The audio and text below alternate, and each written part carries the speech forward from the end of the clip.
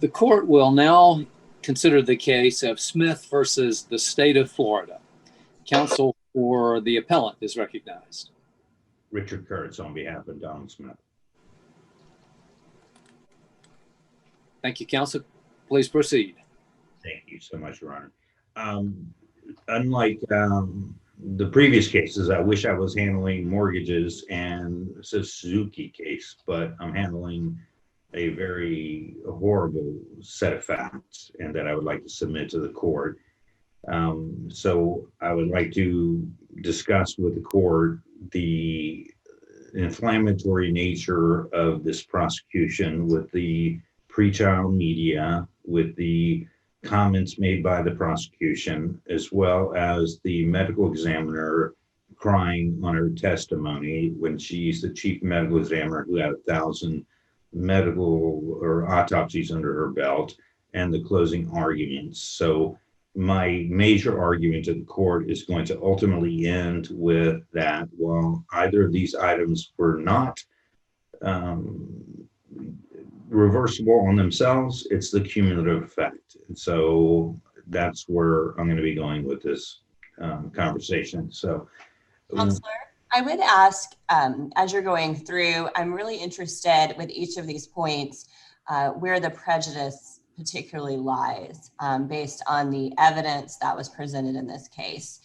So when you address those points, talk about how it vitiates the entire trial and is not simply perhaps a harmless error, even assuming these issues were error. Thank you for asking that question, because that's one of the issues that I've been paying attention to is error, harmless error, prejudicial error. What my suggestion would be to the court is these comments that I'm making to you were so inflammatory that they culminate into prejudicial error.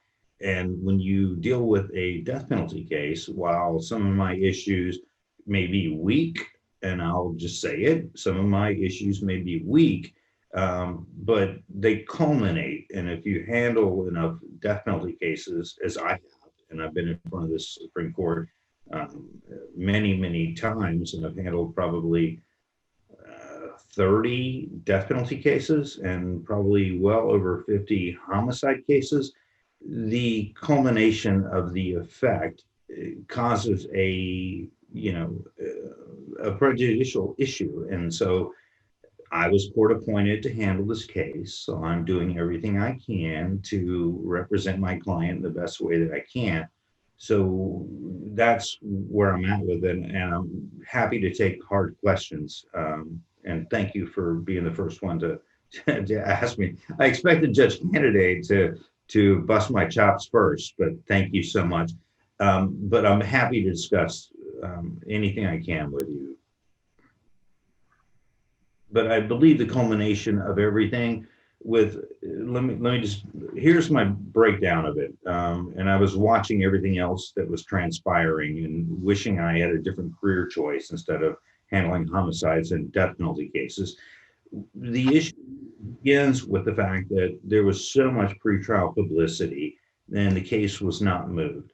And then when we get to oral arguments or opening statements, excuse me, and then we led into having a medical examiner crying on the stand, and we had too many photographs. Did the jury, in fact, ever see the medical examiner cry? I watched the video. It seemed like she paused and the jury was asked to leave the room. Why do you keep repeating that she cried in front of the jury? I don't know that and thank you so much for asking. I don't know that I'm repeating, but I think it was clear on the record and acknowledged by the court as well as the state that she teared up and the jury teared up, and then she asked for a 5-minute break. Are you suggesting that the jury tears up, then we have inflammatory situations that require reversal? Yes, sir. Anytime a juror tears up, that's the rule you'd have us adopt? I've handled so many homicides. A juror tears up, it's not it.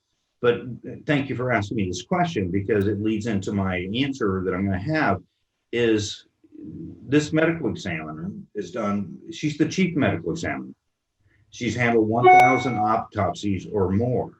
They did a pretrial motion to exclude all of these photographs, and she did not cry at any point or tear up at any point. The only time she teared up or needed a break was when she was in front of the jury. Are you, counsel, are you suggesting that was contrived? No, I know the prosecutors involved in this. I know them both personally. No, I am never going to suggest that was contrived, Your Honor. And is there some suggestion in the record that there's something going on with the jury, and it might be that her response to what she's seeing in the jury, or is that something that's not supported by the record? Justice Candidate, I am not by any means suggesting that anybody did anything improper, like behind the scenes. By no means. I know these prosecutors, I know these defense lawyers. I'm just saying is this happened, and we know it happened, so we have to address it, and that's why we come to you, is because it did happen. Well, what I struggle with, and I understand you're representing your client, and you're going to do that zealously, and that's your job, and that's the way things work. But this is, as you acknowledged, a tough case, and they're just, when you've got a case like this, some of these things that you're pointing to are just almost inherent in the case. It's just the nature when you have an abduction, rape, and murder of a young child. That's an emotional thing. I mean, it's people may respond with some emotion as that is being explained to them. So it's just, it seems that to some extent, maybe you're requiring us to treat this like that's not the underlying facts. And so I don't know know what you can say in response to that, but I think that's really, to put this in context, and I think essentially that goes back to the question that was asked at the outset by Justice Grosshands. I'm just having trouble. I mean, the other, if you look at your issues individually, for instance, the venue issue. Well, this trial, am I not correct that this trial took place a number of years after the crime had been committed, and furthermore, it's in a large metropolitan area, Jacksonville, and there's, the jury was picked, and you don't have any challenges to any of the particular jurors, that you were able to get a jury. So I'm just I cannot see how you piece these inadequate things together and come up with something that matters. And I appreciate everything you just said, and I cannot concede my client's conviction, but yes, it is an automatic appeal to you, and I have a job to do, and I greatly appreciate you recognizing that. But I also have an obligation to represent my client, and I do believe there are issues that individually will not amount. I'll just say it out loud. I do not believe the individual issues will amount to a reversible error. I do believe that in my argument to this court is that if you take them all together, then we have a cumulative error that would substantiate a reversal. That's where I'm at with it. And I'm happy to discuss each one of them. Yes, there was an overwhelming weight of evidence. I was not the trial lawyer, which I'm typically the trial lawyer, not the appellate lawyer. But here I am trying to do my duty ethically and for the bar. So I'm trying to defend my client. And you make very good points, and I'm happy to take, it's one of those things, Judge. At some point, you just got to take the hard shots. So give them to me, and I'll try to answer them the best I can. Counselor, I think, we're required to look to see if any errors can be deemed harmless. I mean, we're required to look, like the state has made that argument, and we are looking at that. So how what is your best argument for this cumulative effect of all of these individual things that you've said happen, even if every single one of them we deem was error? You've said there was an overwhelming amount of evidence in this case. And so how do we get past that harmless error analysis? And very good question. And I was up at 1 o'clock in the morning trying to think about how I would answer this question to you. First, the jury should have been moved. The change of venue should have been done. And I'm looking at my notes, so if I look away, I apologize. The autopsy photographs, the comments by the prosecutor in opening statement, the crying on the stand, and the closing argument where the victim was crying out, and that's really probably my best argument, is where the golden rule violation, where the prosecutor says, and I'll just quote it, and thank you for asking, and it's in volume, and I hate doing this, 1436. And from the grave, she is crying out to you, and she's talking to the jury. And that, to me, personally, is a golden rule violation. And she's crying out from the grave to you. Donald Smith raped me. Donald Smith sodomized me. Donald Smith strangled me until my last breath of my body. And so if you take all of those 4 or 5 things that I just rattled off to you, I tend to think that, in my experience, that the cumulative error of all of those comments by the prosecution and that I think that they're legitimate. And help us understand why you think that's a golden rule violation. If the prosecutor had instead said, and are crying out to you, comma, the finder of fact, comma, would it no longer be a golden rule violation? Because as I understand the golden rule, the idea is to prevent the jury from putting itself in the shoes of the victim or the prosecutor or anyone other than the finder of fact. What is it about this statement that makes it a golden rule violation? To me, it's one word, the word you. If she said the victim was crying out, that would be okay. But when they say crying out to you, the jury, when the victim is crying out to you, the jury, that's when I personally have a problem. What's your best case for that being a golden rule violation?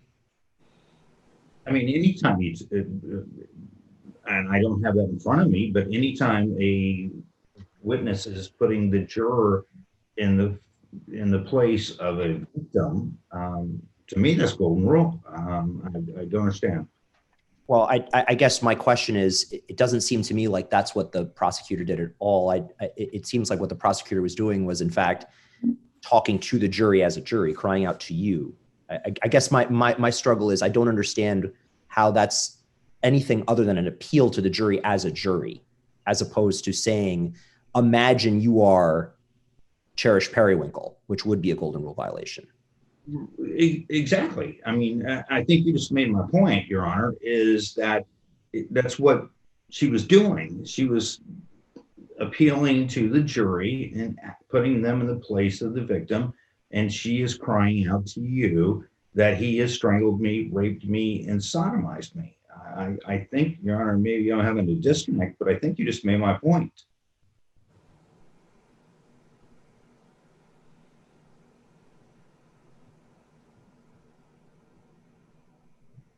Anyway, the other issues were the photographs. And what the state has argued and what the defense did was that they indicated that they had filed a motion to preclude all photographs from there. But in their brief, they indicated the evidence was so overwhelming that basically they didn't need the photographs, but the photographs were what caused the medical examiner to cry, what caused the jury to cry. So to me, that was additional error. And so that's why I'm sitting here having this discussion with the court. The other thing would be the improper comments during the opening statement and the closing statement by the prosecution.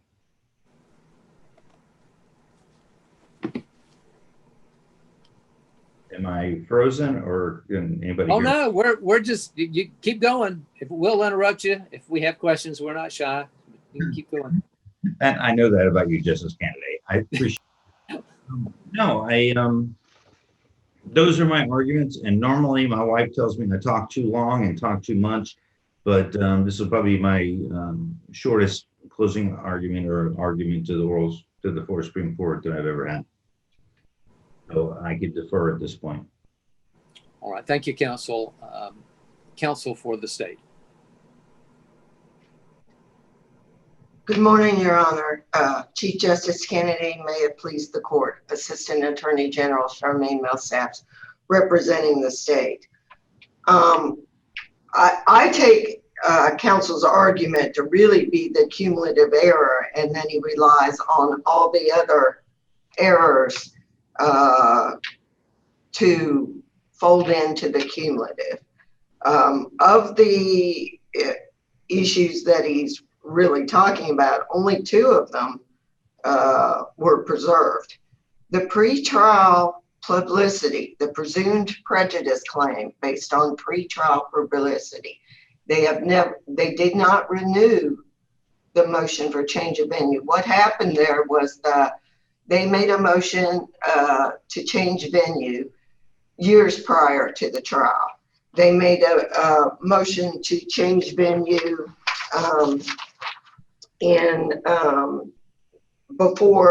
before the trial in 2014, and there was a hearing on that motion in November of 2015. And at the end of the hearing, the judge said, under Florida law, ruling correctly ruled that I should reserve ruling until we see if we can select a jury in Jacksonville, in Duval County, which, as your honors have pointed out, is a large metropolitan area that is very diverse. So the trial judge, she ruled that she was going to reserve ruling until they actually tried to pick a jury selection. And then February 5th through February 9th of 2018, the trial court here held a week-long jury selection involving questionnaires, individual voir dire, and at the beginning of that jury selection, and remember what the ruling was. The ruling was, I'm going to reserve ruling on your motion for change of venue until the end of jury selection to see if we can pick a jury. Yes, they the defense renewed the motion for change of venue at the start of jury selection, but they did not renew the motion at the end of jury selection. They did not renew the motion or ask for a ruling either at the end of jury selection or next day when the jury was sworn, or when the jury started. That was February 12th, when the trial actually started. So there is no ruling from the trial court on the motion. So that is not preserved. That is being raised as a claim of fundamental error. The prosecutor's comment about crying out from the grave was also not objected to, and that's not preserved, and that would also have to amount to fundamental error. Now, regarding cumulative error is really the claim that 2 or more errors, which are subject to harmless error, while harmless individually, are not harmless together. First of all, on this evidence, we have both DNA from the victim's neck, DNA from the victim's vagina, DNA from the victim's anus, all of which match the defendant at extraordinary numbers. We also have a videotape of the beginning of the kidnapping. The Walmart security cameras show Donald Smith leaving Walmart after he told Cherish's mother that he was going to go to the McDonald's inside the Walmart and buy them all hamburgers because they hadn't had dinner.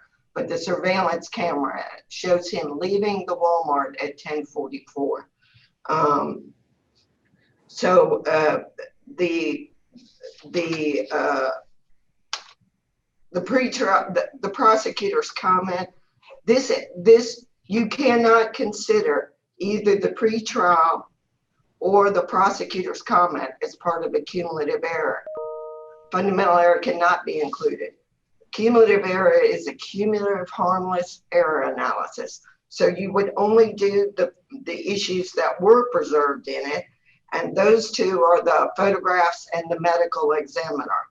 So I'd like to talk about those two because those are the only ones that can possibly be part of a cumulative error analysis. A motion for mistrial when the medical examiner, who incidentally did indeed testify at the motion to exclude the photographs and had no trouble going through all of the photographs. The prosecutor, after the medical examiner hesitates and asks for a recess, she says, "I just need a break." She is not audibly or visibly crying.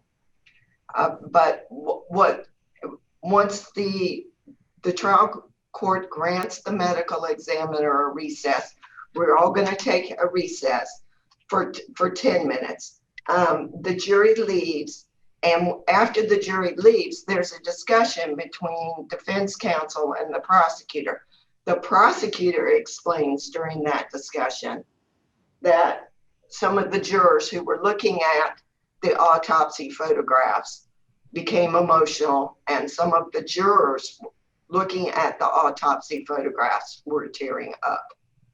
That's from the prosecutor's explanation in his argument in response to why the motion for mistrial should be denied. So what's happened? Ms. Millsaps, did the defense seek a curative instruction? They specifically declined. They said no curative would cure this. They kept insisting she was crying. That's just not in the record, Your Honor. But the trial court is in the best position to understand what is going on, because the trial court is seeing the jury as well as the medical examiner. The trial judge, she is closest to the medical examiner, can see in much more detail than we can from the video. So you should defer to the trial court. The trial court did not make a finding that she was crying. The trial court just granted the recess. And then defense counsel kept saying that. The prosecutor disputed it, explained really the only tearing up that was happening was in the jury box. Your Honor, and the state openly admits that these autopsy photographs of a heinous, atrocious, and cruel murder are heinous. They are hard to look at, and they're hard to look at for people who are lawyers who've tried these kinds of cases before. Remember, many of these jurors looking at these autopsy photographs of a 8-year-old child have never seen anything like this before. So, but Your Honor, the judge that was there, who could really see the entire courtroom and had a better view, denied this mistrial. And really the only thing on the record was the ME asking for a break. Have never seen anything. So the state's position is the granting of the motion for mistrial was not error at all. And remember, under cumulative error, you have to find the error, denied this mistrial. 2 errors that you then decide, while harmless individually, are not harmless together. So denying the motion for mistrial is not error at all. It certainly did not vitiate the entire trial. Taking a 10-minute recess for the ME to compose herself is not error, much less vitiate. Ms. Millsap, let me just bring up a point. I've been bringing this point up to cases like this since I started on the court 12 years ago. and it seems like they don't seem to end. And, you know, and I understand your position. I understand the harmless error rule. I understand all that. I understand the arguments. But again, this sort of things keep happening.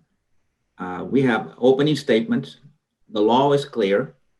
Opening statements, the purpose is to basically give the jury a preview of what the evidence is going to show. The evidence is going to show this. The evidence is going to show that. Yet, during opening statements, the prosecutor injects every mother's darkest nightmare became Rain Periwinkle's reality. I mean, I guess one could argue that's what the evidence is going to show, but that's not what it's intended for. And I understand the harmless error rule, and I understand it wasn't objective to.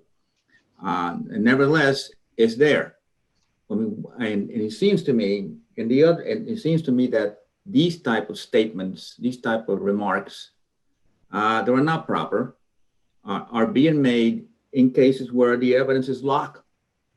You know, I mean, here, clearly, the evidence is substantial. So why inject these things into a record? Why are we here today having to deal with these issues? And I've raised this issue with other attorney generals before, in the hopes that prosecutors out there just stop doing this and concentrate on just the evidence. Yet here we are again in a case as serious as this, injecting these type of things into the record. And I understand that not much you can do about it. I guess you can call out this prosecutor and tell him, please don't do that again. I don't want to deal with this. But yet it keeps happening. And I guess I'm just making a statement, not asking a question, because I see these all the time. What do you think? Well, Your Honor, I might understand that. Your Honor, the prosecutor said that every mother's darkest nightmare became Rain Perrywinkle. That's the mother of the victim's reality. That's the reality of this case. That is what she was describing, the prosecutor was describing the victim's, the mother's reaction about finding her child was missing from the store, and the person who most likely took her, she had just met a few hours ago at another store. Yes, and had she made that statement in closing argument after all the evidence had come in, then yes, I agree. At that point in time, it would not have been all that improper. But this is during opening statements where you're telling the jury what the evidence is going to show.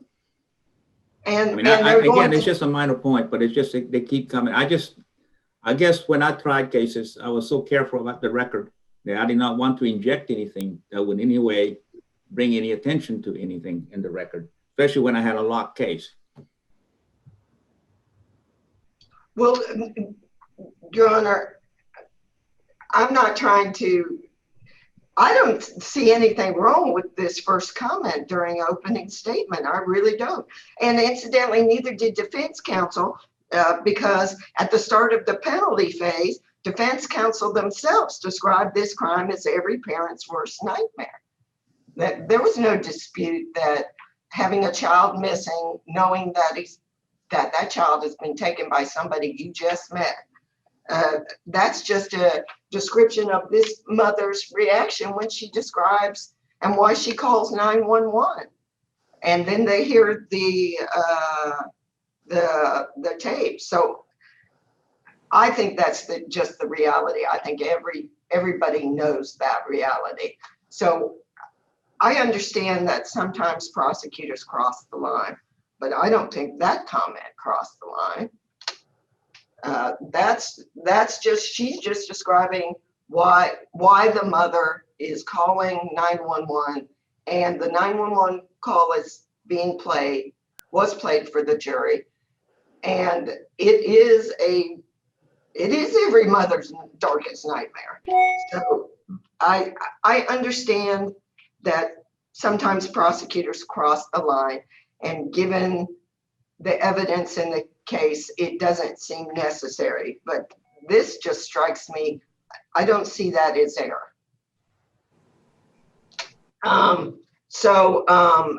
Regarding the darkest nightmare, I don't see that as error, much less, the basis of the objection to that comment was argumentative. They are now arguing that it's explosive and shouldn't be said.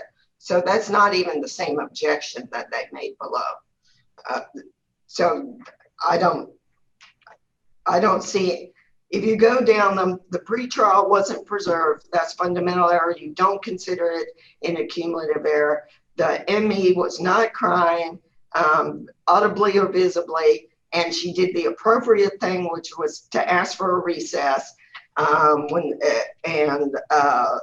The photographs, the medical examiner took 74 photographs. The state was only seeking to introduce 30, and in fact, we only introduced 28.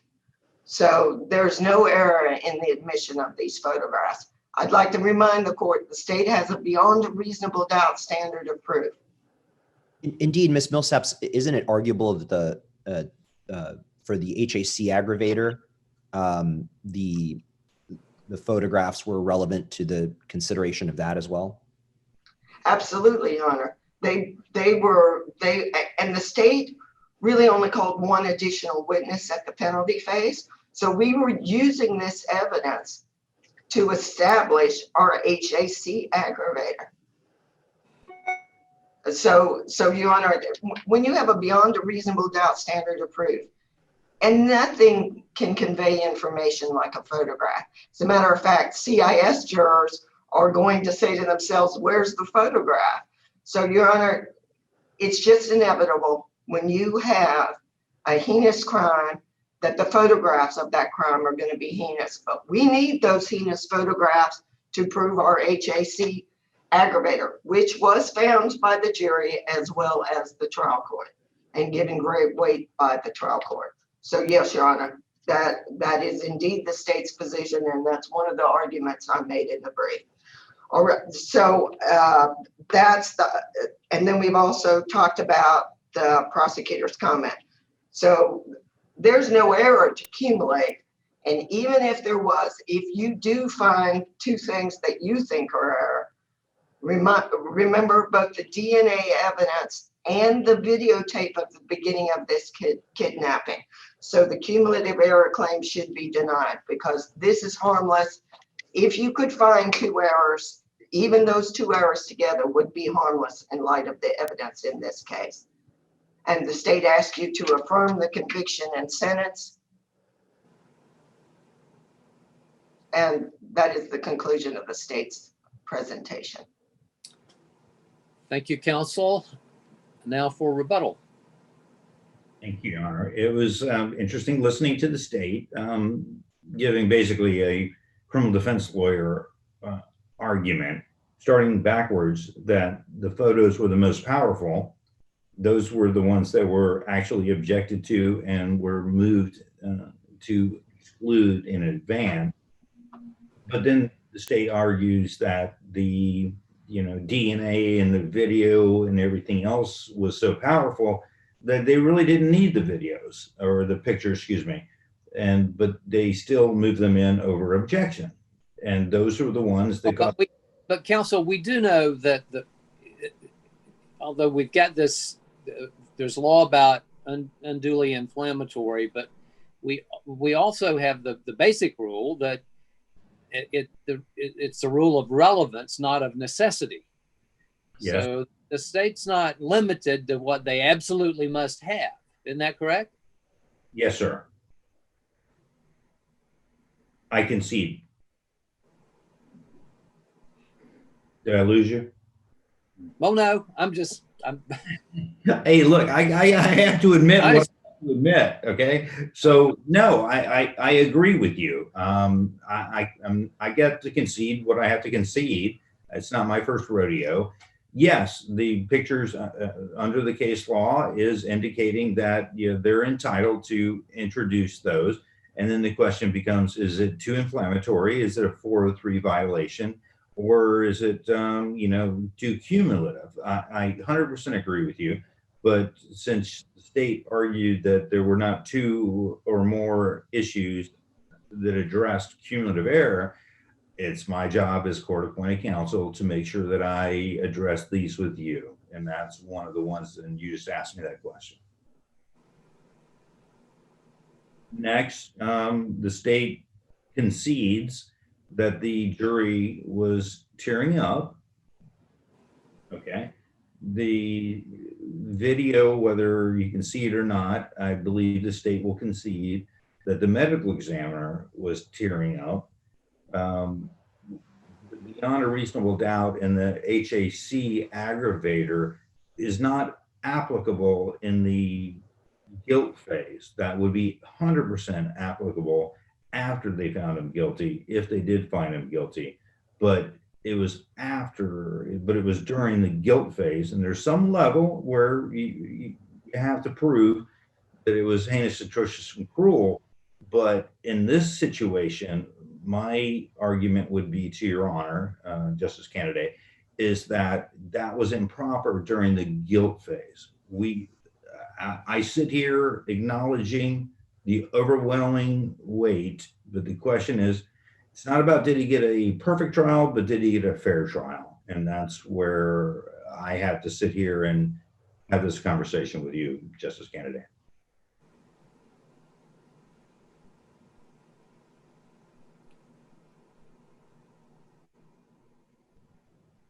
Well, if there are no questions and you have nothing left. I'm looking at my notes, Your Honor. No, Your Honor. Thank you so much. It's good to see you again.